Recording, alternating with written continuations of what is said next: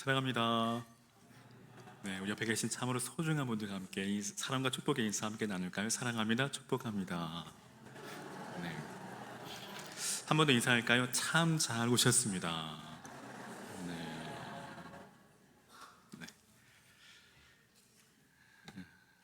오늘 우리가 함께 살펴볼 이 사도행전은 성전 행전이라고도 불리우는데 그 이유는 성령의 역사를 증거하고 있기 때문입니다. 특별히 오늘 성령 강림 주일을 맞아 이 사도행전에 나타난 이 성령의 역사를 함께 살펴보기 원하는데요. 바라기는 오늘 본문에 나타난 이 성령의 크고도 놀라운 이 역사가 오늘 저와 여러분의 그 삶과 가정과 독진교회 가운데 또 영원토록 함께 하시기를 주의 이름으로 축원합니다. 말씀드린 것처럼 오늘 본문은 오순절 성령 강림 사건으로 말미암아 이제 막 태동한 예루살렘 초대교회가 역동적으로 성장해 나아가게 된 그 성령의 역사의 대표적인 실예로서 베드로와 요한에 의한 이 성전 미문에 앉은 이 병자의 치유 사건에 대하여 기록하고 있습니다. 그러니까 이 기적 같은 치유의 사건은 단순히 기적과 이적을 넘어 죄에 묶여 신음하는 인간의 영혼이 예수를 믿을 때 그와 함께 자유와 영생의 구원을 얻게 됨을 보여주는 매우 상징적인 사건이라고 할 수 있습니다. 우리 이 사건을 통해 다음과 같은 몇 가지 사실에 주목해야 할 필요가 있습니다. 첫째는 성령에 충만케 된 사람들이 갖게 되는 놀라운 변화의 모습입니다.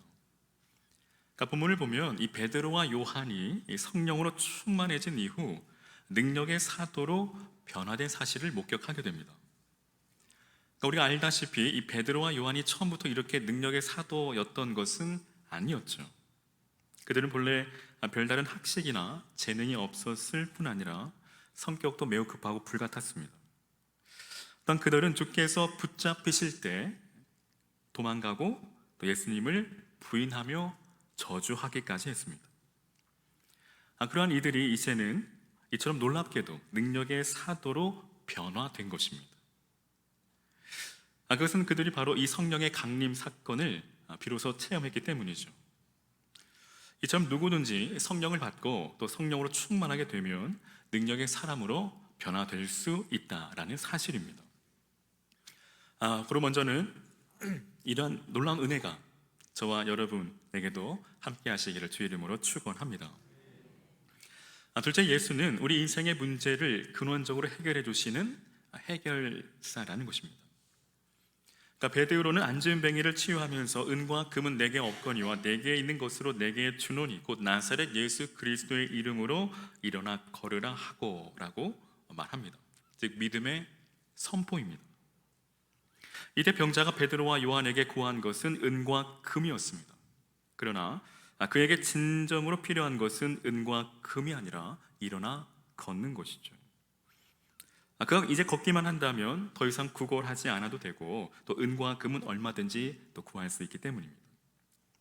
실로 은과 금은 인생에 짊어지고 있는 이 문제에 일시적인 한시적인 도움은 줄 수 있을지 모르지만 우리 인생의 그 근본적인 문제를 해결하지는 못한다라는 사실입니다.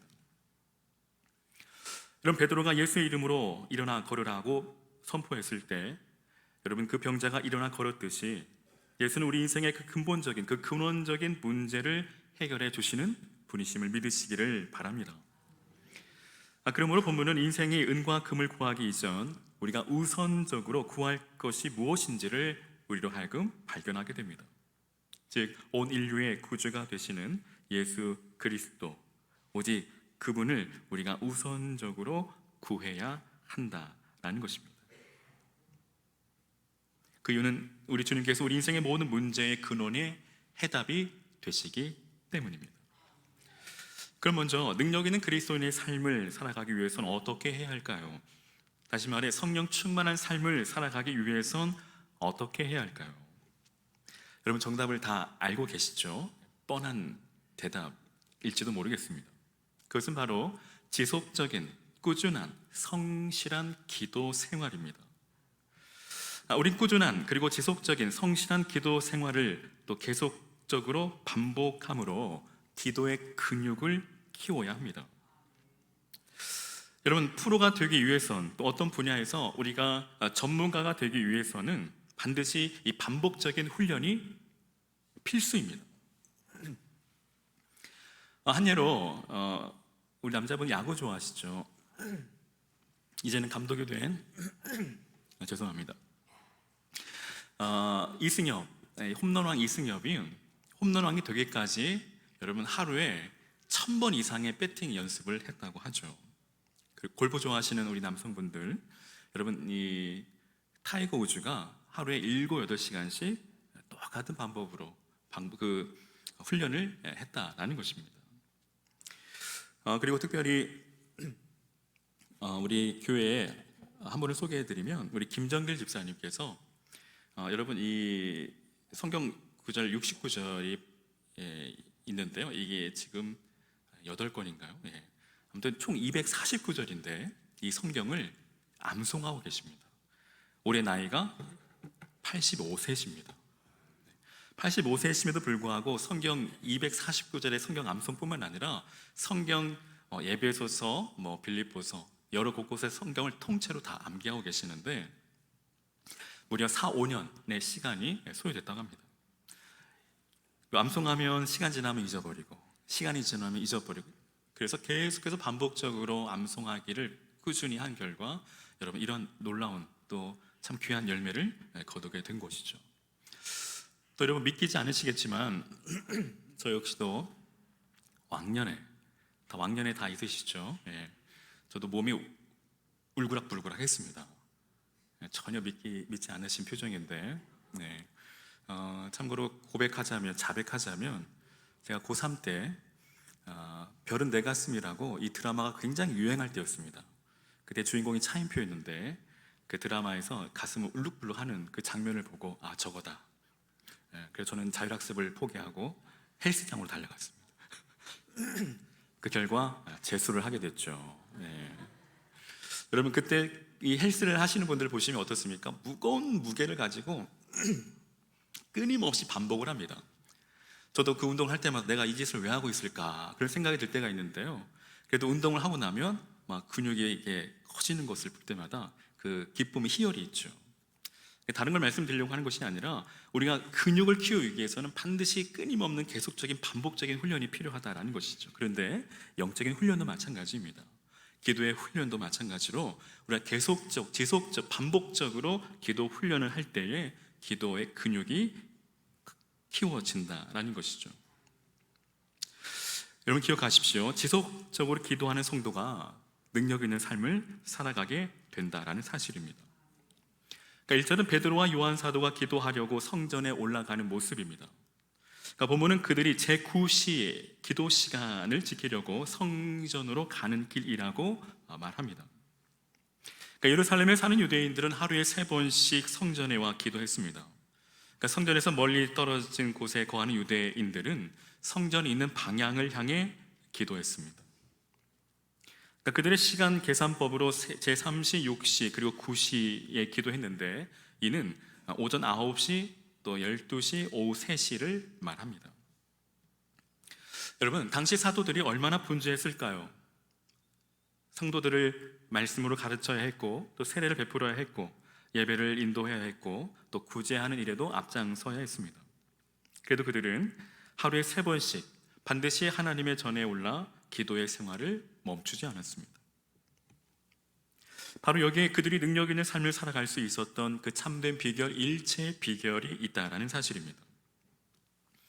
마가복음 9장에도 예수님께서 전날 귀신 들린 소년을 치유해 주지 못하고 있던 이 제자들에게 말씀하십니다. 기도 외에는 이러한 유가 능력이 나갈 수 없다.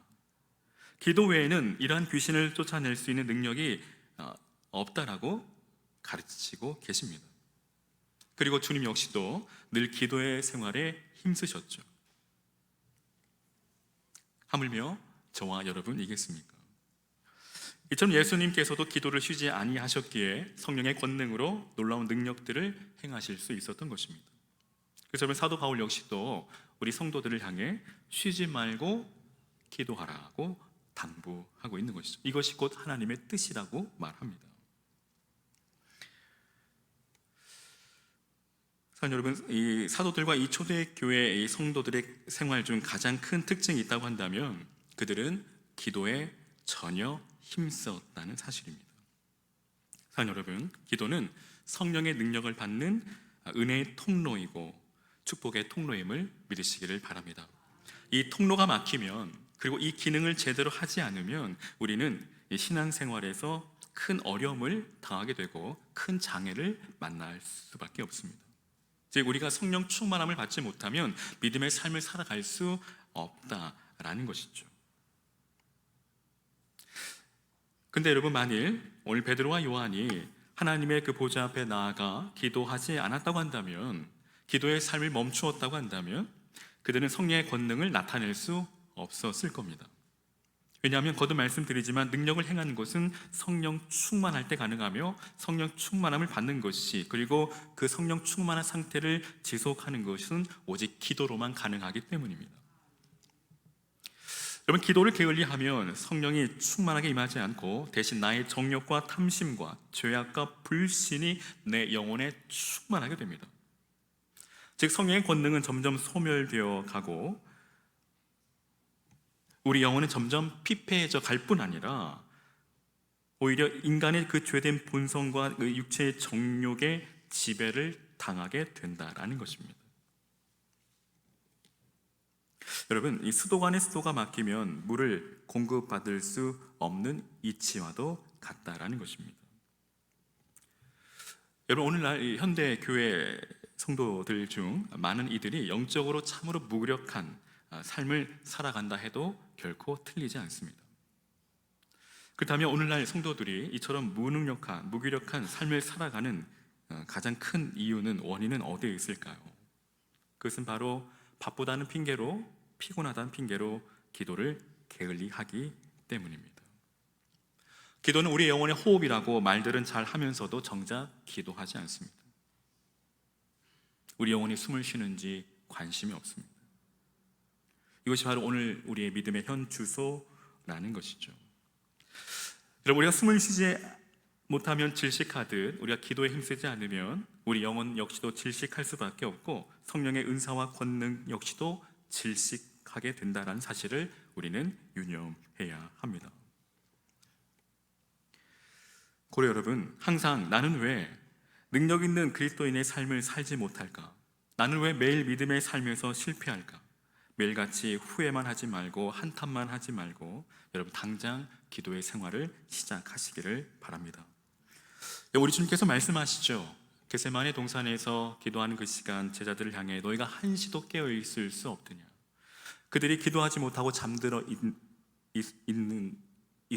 있음으로 말미암아 결국 그들은 예수님을 부인하고 예수님을 떠나고 말았습니다. 여러분, 주님께서 우리에게 정하신 그 기도의 마지노선은 1시간입니다. 고로 저와 여러분, 우리가 하루에 1시간 이상은 정말 깨어 기도할 수 있는 기도의 사람이 되시기를 주의 이름으로 축원합니다. 이처럼 성실한 기도의 생활을 통해 저와 여러분 성령의 권능을 받아 능력 있는 그리스도인이 되어 이 거칠고 험한 광야 같은 세상을 넉넉히 이기며 살아가실 수 있기를 주님의 이름으로 간절히 축원합니다. 근데 여러분, 우리가 이 성령의 충만한 은혜를 사모하기 이전에 그냥 지나치지 말고 이 시간 우리의 영적인 상태를 한번 점검해 보아야 합니다. 즉, 우리의 영혼은 영적인 심각한 장애를 가지고 있지는 않는지 우리의 영적인 상태를 진단하고 점검해 보아야 한다라는 것이죠. 여러분, 진정한 장애는 무엇일까요? 진정한 장애는 육체적인 장애가 아니라 마음의 장애요, 영적인 장애가 진정한 장애입니다. 여러분, 혹 이 박위라는 사람을 아십니까? 그는 30대 젊은 청년으로 위라클 팩토리라는 회사의 대표이고 또 80만 구독자를 가지고 있는 유튜버입니다. 80만이라고 하면 전주시 인구를 훨씬 더 뛰어넘는 어마한 숫자죠. 여러분, 그는 한때 촉망받는, 또 미래가 확실히 보장된, 또 얼굴까지 심지어 잘생긴 청년이었습니다. 근데 불우한 사고로 인하여 목 아래로 전혀 움직일 수 없는, 마치 전신마비와도 같은 그런 큰 장애를 얻게 됩니다. 근데 그는 거기서 포기하지 않고 그는 재활 훈련을 통해 비록 스스로 걷지는 못할지라도 지금은 휠체어를 탈 정도로 건강이 회복이 되었습니다. 그리고 그 이후 그는 지금도 수많은 사람들에게 또 희망과 용기를 전하는 희망 전도사가 되었습니다. 저는 그 청년을 바라보면서 단 한 번도 그가 장애인이라는 생각이 들지 않았습니다. 오히려 내 자신이 그렇게 보였습니다. 멀쩡한 육체를 가지고 있음에도 불구하고 나는 왜 저렇게 살지 못하는가 반성하게 되었습니다. 근데 여러분, 우리의 신앙도 이와 마찬가지라는 것이죠. 겉으로 볼 때에는 아무런 문제가 없어 보입니다. 멀쩡해 보입니다. 하지만 오랜 신앙생활을 했음에도 불구하고 혼자 힘으로 서지 못합니다. 누군가 부축해 줘야 하고 누군가 꼭 옆에서 도와줘야만 하는 그 신앙의 상태. 비록 몸은 예배당 안에 예배의 자리에 앉아 있지만 마음은 오늘 본문에 등장하는 이 병자와 같이 성전 안으로 들어가지 못하고 여전히 미문에 앉아 있는 그 영적인 상태. 여러분, 이것이야말로 진정 영적인 장애가 아니고 무엇이겠습니까? 여러분, 혹 오늘 우리의 모습이 이와 같지는 않습니까? 그 다음 이 시간 사랑 여러분, 예수의 이름으로 일어서시기를 바랍니다. 이제 예수의 이름으로 그 불신앙의 자리에서, 그 불순종의 자리에서 일어서시기를 바랍니다. 예수의 이름으로 무기력하고 또 무능력한 그 자리에서, 그 삶의 자리에서 일어서시기를 바랍니다. 실패와 낙심과 절망의 자리에서 여러분 일어서시기를 주님의 이름으로 축원합니다. 영적인 게으름에서, 영적인 무지함에서 여러분 깨어나십시오. 그리고 여기서 한 발 더 나아가 낙심한 자들, 절망 가운데 있는, 주저앉아 있는 자들을 향하여 여러분 그들에게 손을 내밀어 예수의 이름으로 일으켜 세워주는 저와 여러분 되시기를 주의 이름으로 축원합니다. 설립 90주년을 맞은 우리 덕진교회가 이제는 서로 발맞추어 함께 걸어가야 하지 않겠습니까? 그러니까 이를 위해 연약한 자들의 그 손을 붙잡아 주어 발에 힘을 얻도록 우리는 도와주어야 합니다.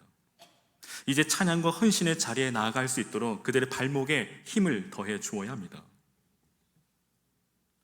여러분, 혹 힘에 겨워 한 걸음조차 떼기 어려울 때 누군가 와서 우리의 손을 잡아준 여러분 경험이 있으신가요? 어떠셨습니까? 아무것도 아닌 것 같은 그 작은 행동 하나가 참 고맙고 힘이 되었죠. 그리고 따뜻한 그 위로의 말 한마디, 격려의 말 한마디가 큰 힘이 됩니다. 그것이 힘이 되어 좌절과 실패의 자리를 털고 다시 일어서는 일들이 일어난다라는 것입니다. 이처럼 서로가 서로에게 건네는 그 따스한 격려의 말 한마디, 그 위로의 그 손길이 우리에게 큰 힘과 도움이 된다라는 사실이죠. 마치 거짓말처럼 오늘 본문에 등장하는 이 병자처럼 주저앉은 그 자리를 털고 일어서게 됩니다. 바라기는 주위의 연약한 성도들을 바라보며 그들을 향해 예수의 이름으로 그들의 그 손을 붙잡아주고 일으켜 세워줌으로 우리가 함께 이 믿음의 길을 달려갈 수 있기를 주의 이름으로 간절히 축원합니다. 자, 그런 마음으로 옆에 계신 분 손 한번 잡아주실까요? 네. 그리고 이렇게 고백합니다. 일어서십시오. 네. 네. 지금 일어서시면 안 됩니다. 네. 여러분, 끝으로 교회가 세상에 주어야 할 가장 소중한 것은 예수 그리스도의 이름이라는 것입니다. 여러분, 교회는 세상이 줄 수 있는 것을 주는 곳이 아니라 세상이 줄 수 없는 것을 주는 곳입니다. 물론 세상이 줄 수 있는 것도 주어야 하겠죠. 이웃 사랑을 실천해야 합니다. 하지만 여러분, 교회는 세상이 줄 수 없는 것을 주는 곳입니다. 5절과 6절을 보면 교회가 세상에 정말로 주어야 할 것이 무엇인지를 극명하게 나타내 보여줍니다. 여러분, 걷지 못하고 구걸하는 자, 이 성전의 미문에 앉아있던 이 병자가 자기를 주목하는 두 사도를 바라봅니다. 어쩜 이 병자는 그 두 사도를 바라보며 큰 기대감을 가졌을지 모릅니다. 근데 여러분 보십시오. 사도들의 입술에서 나오는 말은 무엇입니까? 은과 금은 내게 없거니와. 여러분, 얼마나 그 기대를 저버리는 말입니까? 기대가 크면 실망도 큰 법인데 아마도 큰 실망을 했을지도 모릅니다. 하지만 그때 사도들이 이어서 이렇게 말합니다. 내게 있는 것으로 내게 주노니 곧 나사렛 예수 그리스도의 이름으로 걸으라. 여러분, 우리 이 말씀 앞에 심각하게 생각해야 합니다. 진지하게 되물어야 합니다. 여러분, 은과 금이 큽니까? 예수의 이름이 큽니까? 은과 금이 소중합니까? 예수 그리스도의 이름이 소중합니까? 신속히 대답하지 못하시는 분들도 또 고민하신 분들도 계신 것 같아요. 사랑하는 여러분, 예수 그리스도의 이름이 크고 예수 그리스도의 이름이 소중합니다. 여러분, 교회는 세상을 향해 주어야 할 것이 있는데 그것은 은과 금이 아니라 예수 그리스도의 이름입니다. 여러분, 중세 한 교황이 사제들을 모아놓고 아주 흡족하게 이렇게 말했다고 합니다. 교회 창고에 재정이 넘쳐납니다. 좀 부럽습니다. 근데 여러분, 사도들이 은과 금은 내게 없거니와 라고 하고 말하던 시대는 지나갔다라고 교황이 말합니다.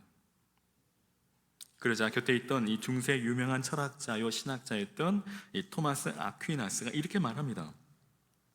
그렇습니다.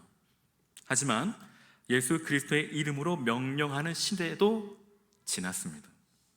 이 말은 무엇일까요? 교회가 예수 그리스도의 이름의 그 생명력을 잃어버렸다라는 것입니다. 여러분, 우리가 교회의 재정이 차고 넘쳐야 할 이유가 무엇일까요? 그것이 우리의 배만 배불리기 위해서는 아니죠. 우리가 영혼과 생명을 살리기 위해서, 여러분, 우리가 하나님 앞에 또 예물을 드리는 것입니다. 여러분, 교회는 이처럼 세상이 줄 수 없는 것, 예수 그리스도의 그 이름의 그 놀라운 그 능력을 이 세상에 전해 주어야 한다라는 것입니다. 여러분, 복음은 곧 생명입니다. 그럼 참으로 깊이 새겨듣지 않으면 안 될 일화죠. 오늘 흔히들 우리가 살아가는 이 현대를 가리켜, 이 시대를 가리켜 만모니즘, 즉 물질을 숭배하는 시대라고 말합니다.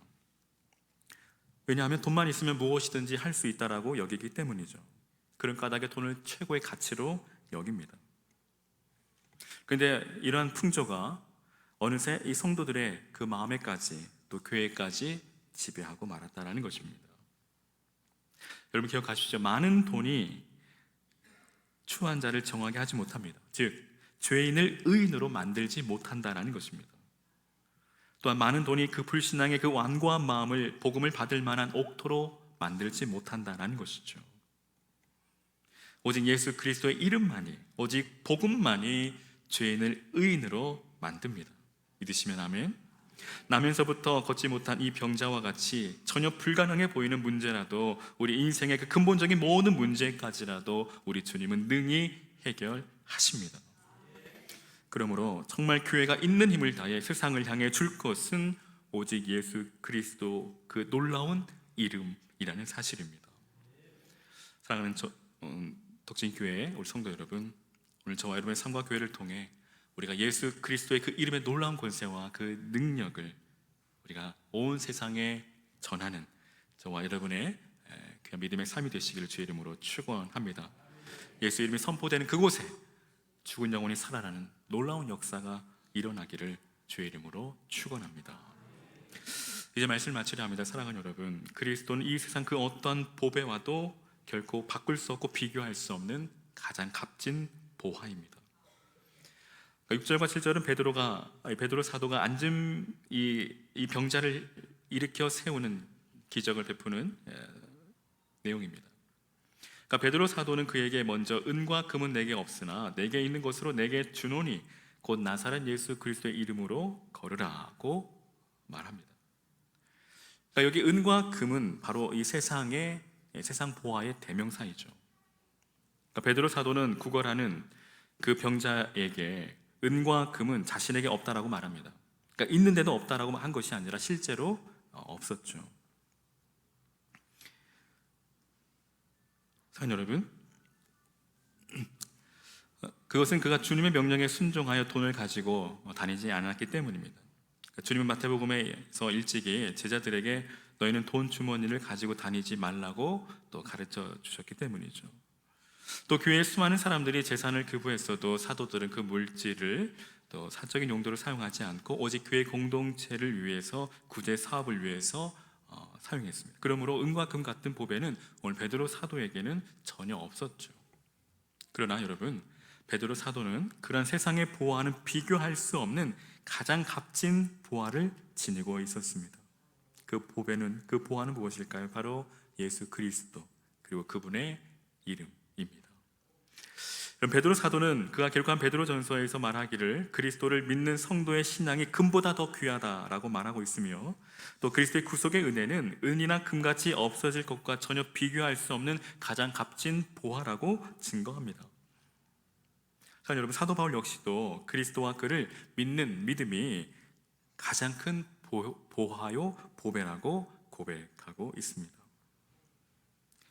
여러분, 이처럼 세상의 보배는 우리 육신을 즐겁게 해줄지는 모르겠지만, 잠깐의 만족을 줄지는 모르지만 그 영혼은 구원할 수 없다는 사실입니다.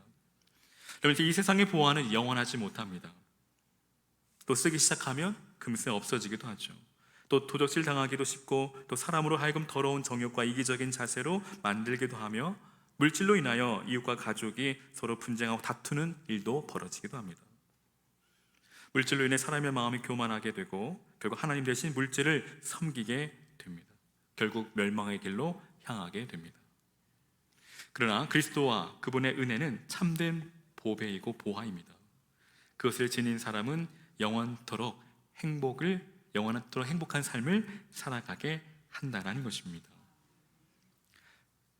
그리고 이 세상의 보배로 얻을 수 없는 하늘의 보화를 얻게 됩니다. 즉 죄사함을 얻게 되고, 또 성령을 우리 안에 모시게 되고, 또 영원한 생명을 얻게 된다라는 것입니다.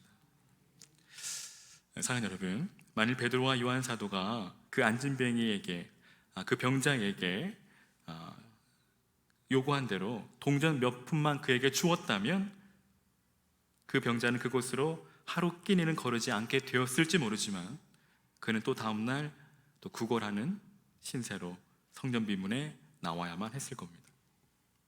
하지만 그리스도와 또 그분의 은혜를 함께 나누어 준 결과 그는 그 심각한 장애에서 해방되고 스스로 자립할 수 있는 자가 되었습니다. 무엇보다 하나님을 믿고 하나님을 사랑하며 영생을 얻는 큰 은혜와 축복을 누리게 됩니다. 이것이 곧 성령의 역사이고 예수 그리스도의 이름의 놀라운 능력입니다. 고로 바라기는 저와 여러분 모두가 성령의 충만함과 예수 그리스도의 이름을 소유하셔서 진정 그 삶에 주님 주신 참 자유와 그 기쁨을 누리고, 또 성령의 충만함을 받아 또 성령의 능력을 덧입어 이 세상을 넉넉히 이기며 날마다 승리하며 살아가시는 저와 여러분 되어주시기를 주님의 이름으로 간절히 축원합니다. 이제 예배를 마치고 세상을 향해 나아가시는 저와 여러분, 예수 그리스도의 이름을 힘입어 승리하시기를 주의 이름으로 축원드립니다. 어려움을 만났을 때, 힘들고 어려운 일을 만났을 때 여러분 주저앉지 마시고 예수의 이름으로 일어서시기를 바랍니다. 예수의 이름으로 선포하시기를 바랍니다. 그 가운데 성령의 놀라운 역사가 일어날 줄로 믿습니다.